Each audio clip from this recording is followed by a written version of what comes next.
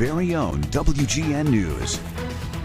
Usually people think of catfishing as something to do with online dating, but now it's making its way into the hiring process, and it could be damaging. Tom Gimbel is joining us now to talk about the companies that are catfishing potential new hires. Hello. Always good to be with you. Same here. First of all, what is catfishing for those of us who aren't into the new lingo? I'm always into calling things what they are. Lying. pretty much, yeah. So you apply for a job and they tell you something that totally is unreal with the job. In this day and age, it might be you only have to come into the office 1 day a week, and 2 weeks later they tell you got to be there 3 or 4 days a week. Is there a way you could say, oh, that's not what I bargained for, I want out? They can say, okay, goodbye. And that's it. Yeah. I mean, that's not nice. It's not nice at all. Yeah. But you do see that from time to time. Or there's going to be no travel involved in the job, right? Or you're going to be reporting to this person, and then a month later you're reporting to this person.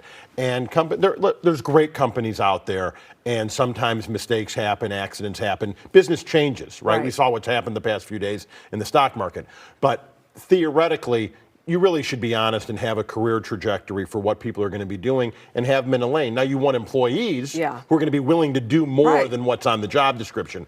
But companies should honor a fulfillment of saying, this is the plan that we have for you. Let's say you signed a contract, for instance, and then they tell you something different. Is there anything legally that you can do? Well, most employees don't sign contracts, right? So I know in your guys' business, there's contracts.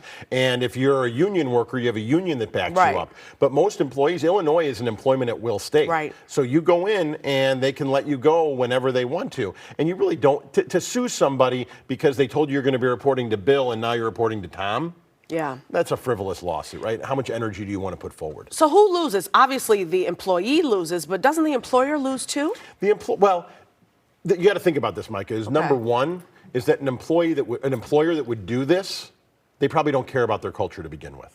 Right? Number two, you look at a situation in the economy we're in right now, employees are scared. And so they're not going to quit a job because they're afraid they can't find another one. So they'll just bite their tongue and they'll go through the motions and do it. And that's what a lot of companies, not a lot, but bad companies will do. So what can the employee do then at this point? Well, they're stuck and they're unhappy and they've been working there just a short time. You know, they can't leave, like you said. Well, you can, right? The question is this. How much responsibility outside of the office do you have? Do you have a mortgage? Do you have a spouse, kids, college? Family. That's a real issue, number one. Number two, you really need to do your due diligence as an employee or a potential employee, and you need to check. Prior to. Yeah, you need to check references with the company. We all want to be wanted. Everybody, I don't care what anybody says, we all want to be wanted. And if a company says, we want to hire you and we want to pay you X, even if it's not ideally what you want, it feels good. You got to slow down. You got to make the phone calls. You got to find somebody who's worked there, and not just one person, because somebody could have grievances and make something up, right? You got to talk to 5 or 6 people who've worked there and to get a good idea of what they're really about. So don't say yes right away. No. I think employees or potential employees figure, I just better take the job. I can't ask questions. Can you ask questions of the employer prior to? You really should, and you should be asking. Well, the biggest mistake a lot of candidates make, Micah, is they don't ask the same question to multiple people. Well, I already asked it, so I've got the answer. No. You want to ask the same question to everybody, and you want to see if there's differences in how people respond. And that gives you a real insight if people are full of you-know-what, or if you're going to really find out what the culture's like. So if it keeps happening, the employer could get a bad name in the business. Yeah, absolutely. Yeah. But, there is an expression.